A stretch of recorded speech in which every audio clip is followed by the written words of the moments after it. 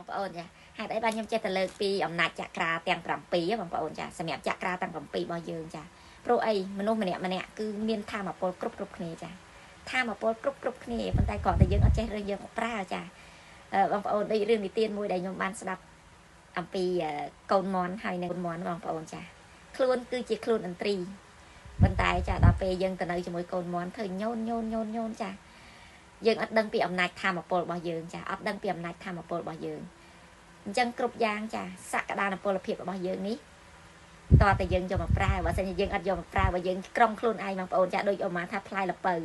បើសិនជាយើងយកផ្លែល្ពៅវាធំទូទៅបងប្អូនធម្មតាប៉ុន្តែបើសិនជាយើង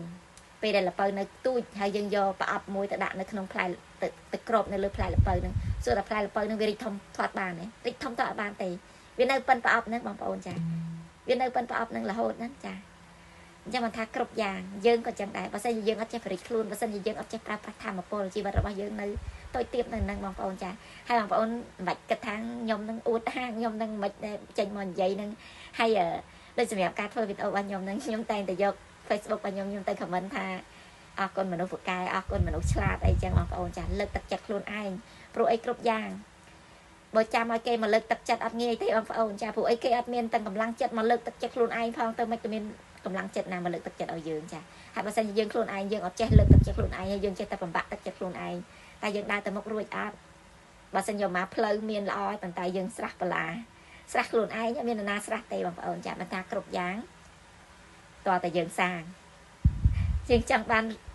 ធម៌ពលតើយើងសាងធម៌ពលដូចគ្នាចាសំខាន់ធម៌ពលរបស់យើងនឹងវាមានខ្លួនវាមានសាច់ស្រាប់តាំងពីកំណើតបងប្អូនចា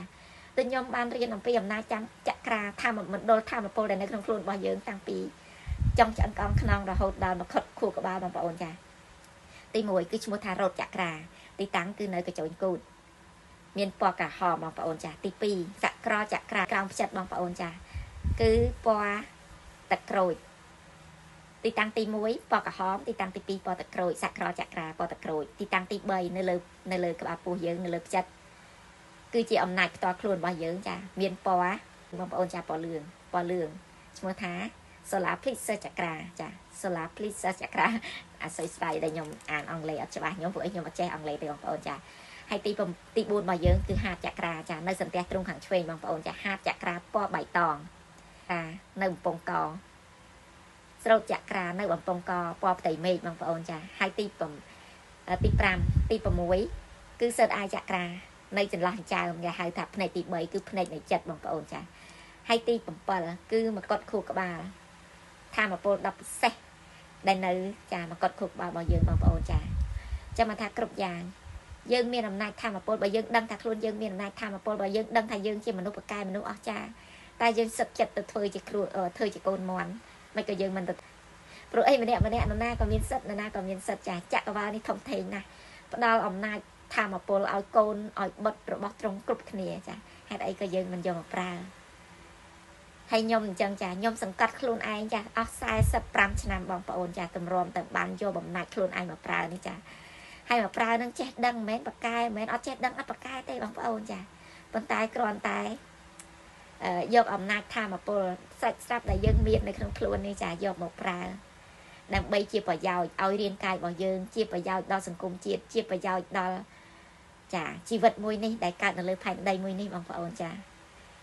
ត្រូវសាងសន្សំព្រោះអីជីវិតមានតិចកំបិចធ្វើបាបថ្នាក់ថ្នមសុខភាពដើម្បីសាងល្អសន្សំធម៌ស្អាតសម្បត្តិធម៌សប្រៀបដូចជាស្កររក្សារូបផ្អែមបងប្អូនចាអញ្ចឹងមិនថាកលៈទេសៈបែបណាក៏ដោយបើយើងអាចសន្សំបានយើងសន្សំទៅបងប្អូនចា